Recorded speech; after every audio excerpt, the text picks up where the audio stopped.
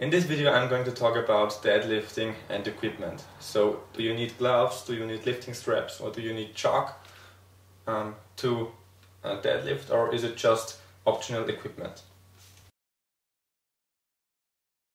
First off, I'm going to talk about gloves, probably one of the most common workout equipment there is. Lots and lots of people use them for deadlifts, but they aren't really that good. The bad thing about them is that they make gripping the bar more difficult because they place an additional layer of leather or another material above the bar, so it makes the bar thicker and harder to grip. Still, lots of people tend to use gloves just because it's easier on the palms, it doesn't hurt you that much when you lift some heavy weight, and also it prevents calluses, so that's another plus for some people. Personally speaking, I've used gloves before, but I stopped using them to increase the weight on my deadlift. Don't use these gloves if you don't have problems in your palm.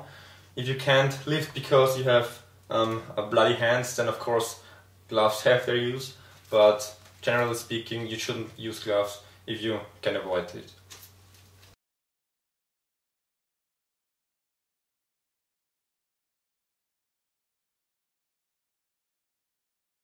Now, these are lifting straps. Some people use them for pull-ups and chin-ups, some people use them for heavy rows, and some people like to use them on deadlifts.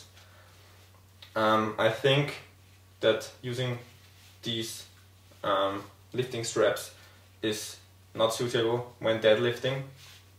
The reason why is that you also have to take into consideration that when your grip fails, the deadlift fails. So it's obvious that some people tend to use these straps to make the deadlift go even up higher. But in my opinion, it's stupid to neglect a weak link because obviously if the grip is failing, your grip is too weak and you have to work on your grip and not just avoid it and up the weight even more. So if you have a weak link on a certain lift, work on that weak link and don't just ignore it.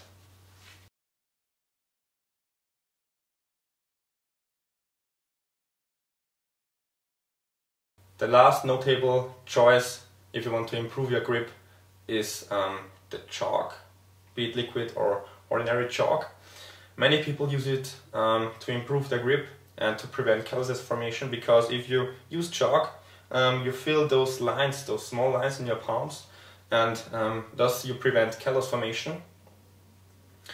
It doesn't really have any side effects other than making your hands dirty, but well, who doesn't take a shower after having a nice workout? So that's negligible.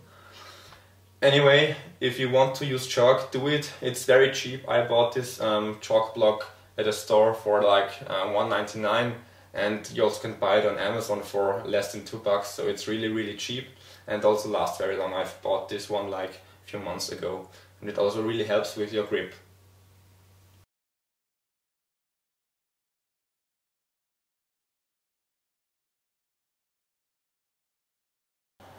Then there are training shoes or workout shoes. Many people tend to make the mistake to pick running shoes for weightlifting, which is just plain wrong. The reason why that is because they have a soft padding on the bottom, which is here, and this makes every standing exercise so much more difficult to create a force from the legs, because obviously you get a lot of force by standing on your feet, and if you have a soft padding on the bottom, obviously your force gets weaker. You just have to imagine standing on your bed and doing exercises which would be pretty difficult. Personally speaking, I like to use Converse All-Stars because they are quite the opposite, so this makes it easy to deadlift. Speaking about deadlifts, this video is all about deadlifts, so you can also deadlift barefoot. That's quite nice actually. You lose even less force when deadlifting barefoot, so you don't have to wear shoes at all.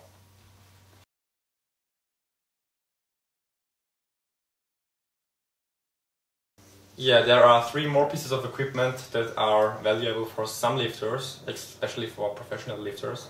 That's the lifting belt, obviously, then a lifting suit, and knee wraps for some people.